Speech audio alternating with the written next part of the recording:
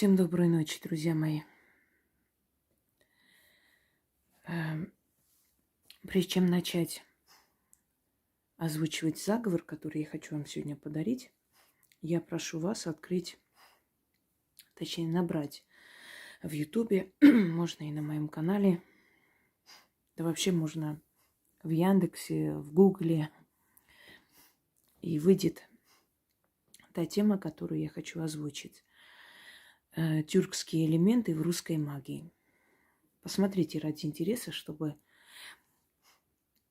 понять, сколько тюркских элементов присутствует не только в русском языке, и в названиях городов, сел и прочее, но еще и в русской магии. Это не просто тюркские слова, это обращение к определенным духам. Это все осталось у нас после татаро-монгольского ига и, собственно говоря, до сих пор пользуется. Очень многих фамилий есть тюркские корни, слова, выражения и прочее. Это нормально, потому что тюркский этнос, он большой.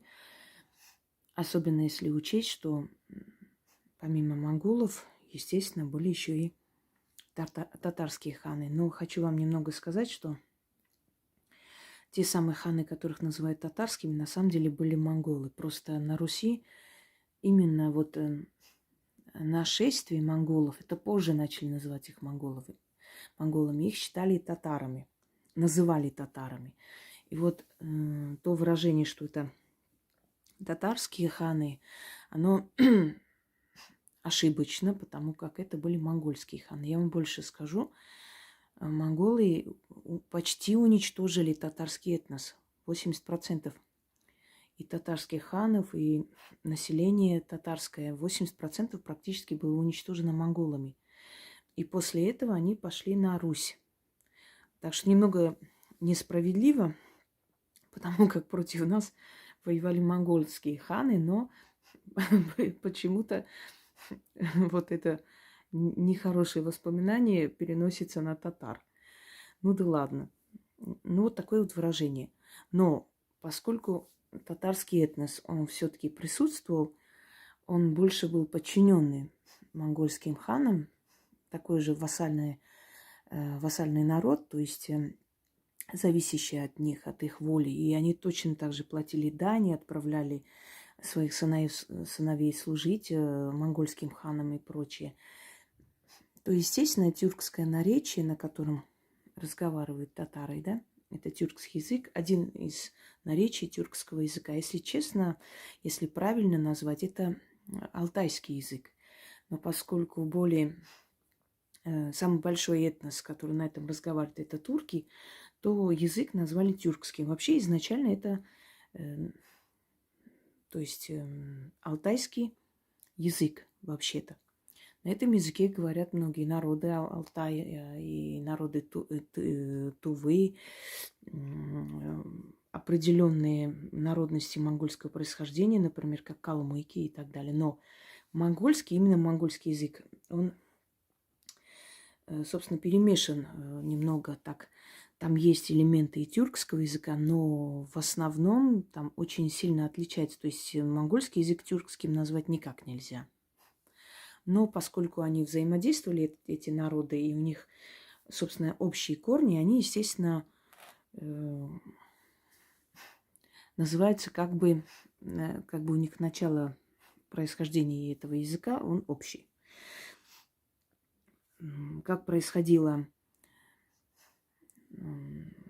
то есть историческое вот это вот перемещение монгол и тюркских народностей, алтайских народностей, я думаю, что вам лучше посмотреть мою лекцию «Везение кочевников» или «Удача кочевника», и там объясняется. Не будем на этом сейчас делать акцент, потому что времени нет. Итак, так вот, поскольку очень часто начали использовать издревле с появлением Золотой Орды подобные выражения, как хан, хан Алтын, Алтын-хан. Алтын-хан это считался главный хан, то есть Алтын или Алтан-хан, что в переводе означает «золотой хан», «золотой престол». Значит, слово «сарай», что означает «дворец» и прочее. Батухан или Батыхан.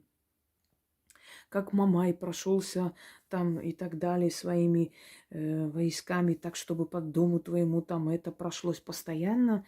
Вот это упоминание об Орде, это след того времени. А я вам говорила, что магия – это соединение одной истины с другим. Да, вот как Мамай прошелся по войску своему там через такие-то города, и одно пепелище осталось так, чтобы и в твоем доме было так-то и так далее. То есть одно связывается с другим. Очень глубоко засело у нас в подсознании, очень глубоко засело в истории, в этнологии, в лингвистике, то есть в языке.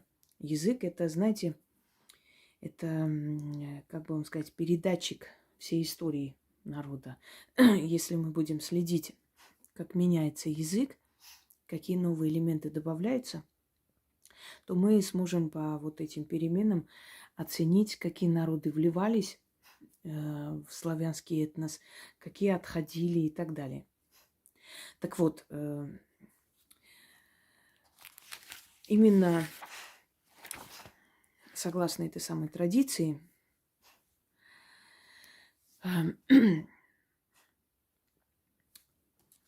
значит, немножко сбились.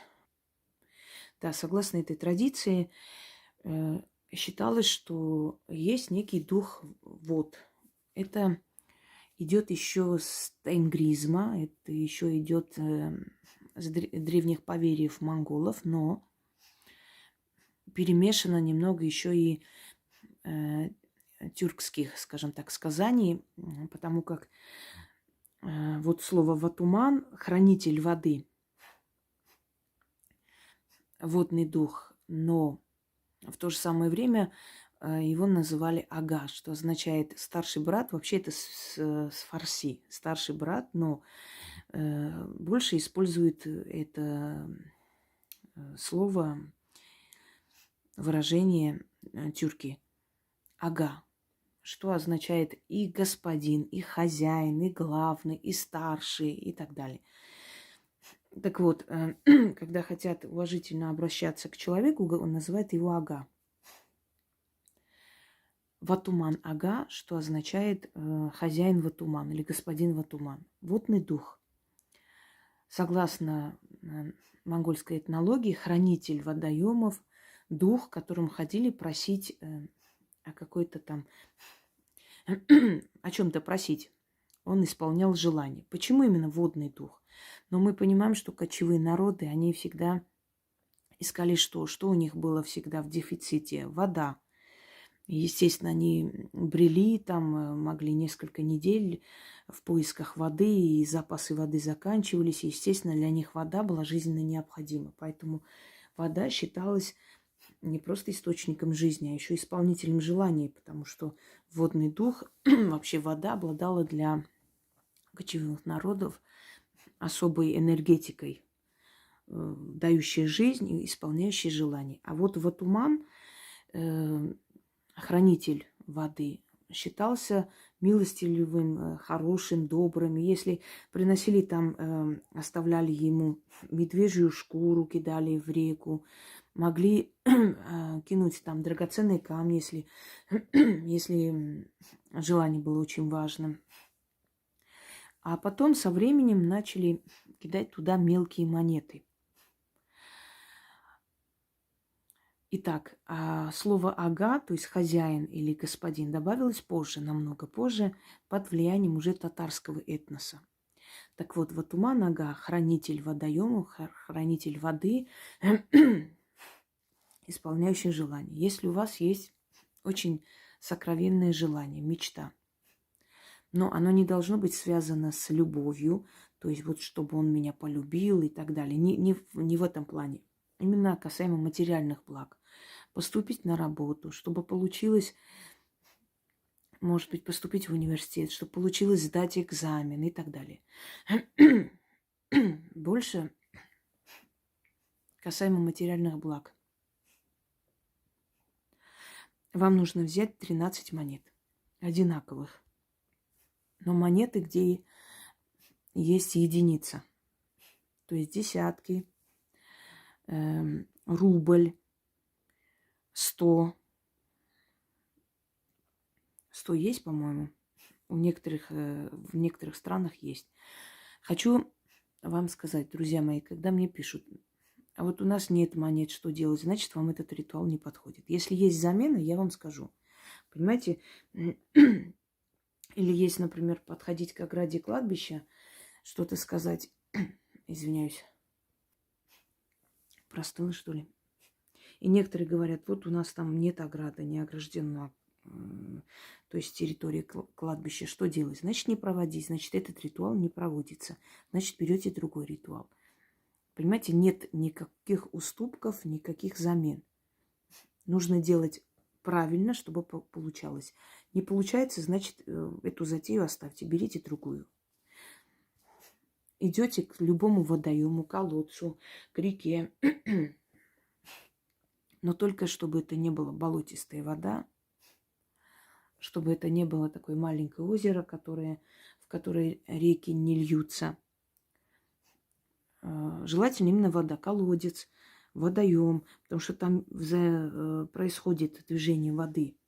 Меняется, там подводные воды поднимаются и так далее. Река, канал, водоканал, источник маленький. Вначале говорите 3 раза этот заговор, призывайте этого духа. Потом 13 раз вторую часть заговора, кидая по монете, 13 раз говорите заговор, произносите и коротко, ясно, емко, четко свое желание. Помоги мне, пожалуйста, чтобы я, например, ну не знаю, в ближайшее время получила там столько-то сотен тысяч, если вам надо. Или помоги мне, пожалуйста, там купить этот дом по сносной цене. Что еще можно? Судебные дела здесь не должны затрагиваться, чтобы выиграть суд и так далее. Для этого есть более сильные и именно нацеленные на это все работы. Ну, помоги мне сдать экзамен. Вот четко и ясно. Экзамен по какому вопросу? Экзамен там в ГАИ, экзамен в университете, экзамен по истории, по биологии. Четко называйте. Духи любят, когда ставят перед ними четкую цель. Итак, первая часть. Водные духи, меня узрите, мне помогите, мне подсобите, во тумана ко мне позовите. Водные духи, меня узрите, мне помогите, мне подсобите, во тумана ко мне зовите. Водные духи, меня узрите, мне помогите, мне подсобите, во тумана ко мне зовите. Сказали 3 раза. Потом берете вот по одной монете, кидаете, говорите заговор и желание. Вторую кидаете, говорите заговор и желание. И так 13 раз. Во туман. Усталость сказывается, неправильно сказала. Ватунам. Ватуман – это немножко другой, тоже дух водоемов, но он считается у северных монголов. А изначально древнее название Ватунам. Поэтому, извиняюсь, Ватунам. Ватунам ага, вот тебе деньга, дар от меня прими, дар себе забери, а взамен мое желание исполни. Говорите желание четко и конкретно, да будет так. Ватунам ага, вот тебе деньга, дар от меня прими, дар себе забери, а взамен мое желание исполни, да будет так. Ватунам ага, вот тебе деньга, дар от меня прими, дар себе забери, а взамен мое желание исполни. Желание говорите, да будет так. В принципе, можете и Ватуман, но лучше сказать изначально, более древнее его имя. Здесь особо там, скажем так, трагедии нет, но в любом случае. Ватунам ага, вот тебе деньга, дар от меня прими, дар себе забери, и взамен мое желание исполни. Желание говорите, да будет так. 13 раз читать не буду. И отворачивайтесь и уходите, не оглядываясь. И за короткое время то, что вы попросили, исполнится. Можете не сомневаться, если все сделаете правильно. Всем удачи!